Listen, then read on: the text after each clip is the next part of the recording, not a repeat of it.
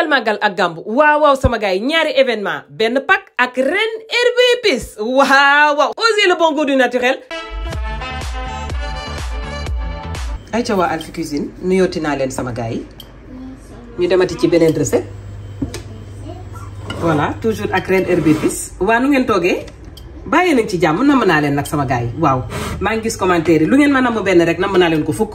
waaw kay léegi ñu dem tey ci njoganal màggal gi nag xam ngeen ni màggal yi ak Gamou yi dañuy njoganalu waaw dañuy defar benn njoganal bu sew waaye la mu neex ak la mu saf ëpp na pak yi nag mi ngi nii lakk épice lakk ginaar épice lakk yàpp épice viande épice non ceebu yàpp la waaw ceebu yàpp lakk yàpp viande touffé lu mel ni ñaari la waaw mi ngi nii mi ngi noonu waaw moom lañ leen proposé ci màggal gi ak Gamou gi fii dama fi am farine ak semoule de maïs ak farine moom laa mélangé ndax mooy sunu base njoganal fii ma am fi benn mélange yu emmental ak cheddar fromage bu triangulaire bi ak tuuti fromage fondante voilà fii ma am fi viande hachée boo xam ne purée d'ail laa ci def ak poivron rouge poivron vert bu ma fejel mu nekk recette bu gaaw waaye recette bu saf sama gars yi pare ngeen rek ñu dem jàll ci recette bi nu mu gën a gaawee rek gën ñoo arrangé temps amul jot amul voilà léegi poivron ko mooy njëkk soble amul remplacer leen ko rek ak poivron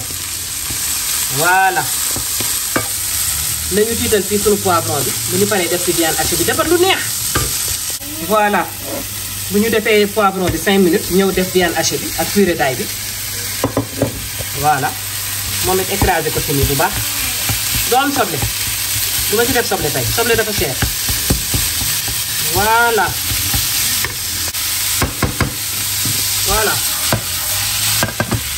léegi nañ ko bàyyi fii le temps que ñuy defar pat bi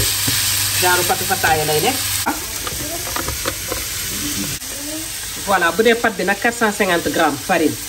bu ma mélangé ak semoule wala nga jël 450 grammes farine kase ñaari kuddu crème fraîche wala ñaari kuddu yaourt nature nga def xorom voilà benn kuddu suukar bu ndaw donc xorom benn kuddu bu ndaw maanaam cuillère à café suukar ak xorom wax naa yaourt bi wax 450 grammes farine voilà dawlin lu toll ci ñetti kuddu yu mag dawlin voilà levure boulanger benn kuddu bu ndaw levure chimique benn kuddu bu ndaw ñaari levure yëpp voilà léegi nag ñu commencé jàmb di ko tooyal ak ndox levure bi nag gis nga fi ma def levure bi ak fi ma def xorom bi bokkul parce que suñu jaxasoowee sa pâte du yéeg bu baax donc loolu élément la boo xamante ni waaw dañ koy respecté. voilà léegi ñuy def ndox tuuti ndox et puis mélanger nga am patu fataaya bu dang daal voilà du ndoxe comme texture patu fataaya wala patu tacos. voilà di mélanger ndox bi day def tuuti di mélanger di dolli bul ci defandoo kaasu ndox bi yëpp parce que mën na tooy voilà. léegi dañ koy mélanger ba mu liis former benn boule voilà léegi fii nii ci viande hachée bi léegi dama koy ñuul gi ak crème liquide waaw dafay buujee waaw day buujee recette de fête la ñu ñëw ci fromage bi voilà may ko nii tuuti fromage def ci fromage bu carré bi voilà ak fromage croque monsieur mooy fromage yu carré yu liis yi rek voilà jaxase ba fromage bi seey maa ngi defar lu neex di sama gars yi génn leen ñu def ko njoganalu màggal rek wala njoganalu Gamou incha allah voilà. gis ngeen yëf yi ni mbuujee nii waa ayca desal naa tuuti fromage parce que ci biir fataaya yi laa koy def fataaya laa ko mën a tuddee wala xaw ma nu ma ko war a tuddee sax voilà épice nokos épice viande bu la neexee laa ci épice piquante voilà. yooyu li moom tacos yi ëppale wuñ ñu dara maa la wax li essayé nañ recette bi dañ ko lay tudde wuyul fromage bi damuy seeyee di koy teggi na leen nag bàyyi ko mu sedd bu leen fàtte seen pack yi numéro de téléphone bi changé wul bu ngeen wootee ñu livré leen fépp fu ngeen nekk ci Dakar voilà bu la neexee laal ci épice piquante du ma ci def piquante parce que Léa dafay lekk voilà léegi mën nañ bàyyi mu fay gaz bàyyi ko mu sedd voilà léegi pâte bi gis nga dañ koy mélanger ba mu liis bàyyi ko mu reposer ndax def nañ ci ñaari levure farce bi ñuy def ci biir moom tamit dañ koy bàyyi mu sedd fromage bi ñu ciy def bi ñu ciy yokk fromage bi ñu ciy yokk parce que def nañ ci fromage ba pare mais dañ ko ciy dolli rek pour yëf yi gën a bouger. voilà pâton baa ngi nii nañ ko bàyyee mu reposer travail waat ko tuuti voilà. waaw nañ ko xaaj nii ci digg bi def ko ni ay pâton. man xam naa ne recettes yi ñoo leen neex waaw recette à la vite fait yu gaaw yi voilà léegi ñu bulee ko ni voilà léegi 8 pâtons ñu ñëw dër mu rond nag dangay dër di tourner voilà soo bëggee mu rond mi ngi nii dañuy dër di tourner voilà boo ko defee mu rond mën nga am sa tacos mën nga am yeneen forme fataaya yi nga bëgg mi ngoog mais généreusement nga xam ne benn rek boo ko laalee dangay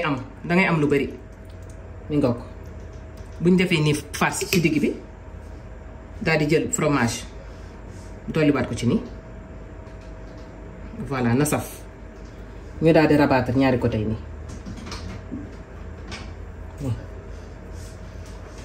donc troisième bi moom tamit day ñëw def nii voilà forme fataaya complet nii léegi nag fii dañuy tëj bu baax nii rebord yi nii mu nekk benn triangle ñu tëj ko nii bu baax voilà léegi nii dañuy wàccee nii côté bi tàccal ko comme ça buñ koy togg fii nii mën a laal poêle bi voilà dañuy dañ koy tàccal nii voilà léegi ba léegi maa ngi ci façonnage bi ñi nga xamante ne ñoom ñoo njukkoon ci poêle bi voilà ñi ngi ñor donc suy bouger nii moo lay wan ni kolewul léegi mën nañ ko tourner parce que pat bi dafa duuf voilà mu ñor xom gis nga nii voilà léegi dañuy jël beurre rek wala dëwlin di ko badigeonner nii mooy tax mu gën a croustillant voilà di ko ci diw nii voilà léegi du ñu fàtte lakk côté yi gis nga nii rebord yi nii dañ koy ajusté waat comme ça yëpp croustillant ok bii sax ma ngay ubbeeku waaye yëf yaa fees ma ngay tuuru te moom pareegul kon nii lañ koy defee gis nga bii dama ko kale ak ñaar yi pour mën a lakk rebord yi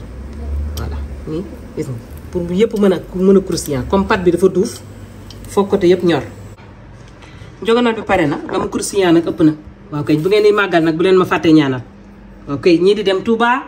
di reprendre vidéo Alphie Cuisine yi fasaale leen ma ci ñaani waaw kay njogonal baa ngoog yóbbalu màggal gaa ngoog ak REEN herbe épice nee naa la 5 variétés épices la yoo xamante ni boo ko yóbboo màggal doo am gàcce de déedéet doo rus yow dugal ko sa poche rek bu nit ñi di assaisonné rek nga génnee sa REEN herbe épice maa la wax li ay épices 100% naturel ay ca jaajëfal naa leen sama gars yi je vous souhaite une très bonne dégustation yëf yi croustillant na mooy la à l'intérieur ba pare saf sàpp ak fromage ay ca jaajëfal naa leen on se donne rendez-vous très bientôt ñu continuer toujours rek ci mouvance su màggal gi ndax tufa yeeg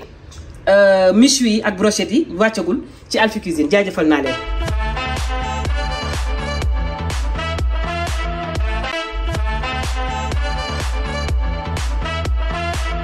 spécial màggal ak Gamou waaw sama gars yi ñaari événement benn pack ak REEN herbe épice waaw osez le bon goût du naturel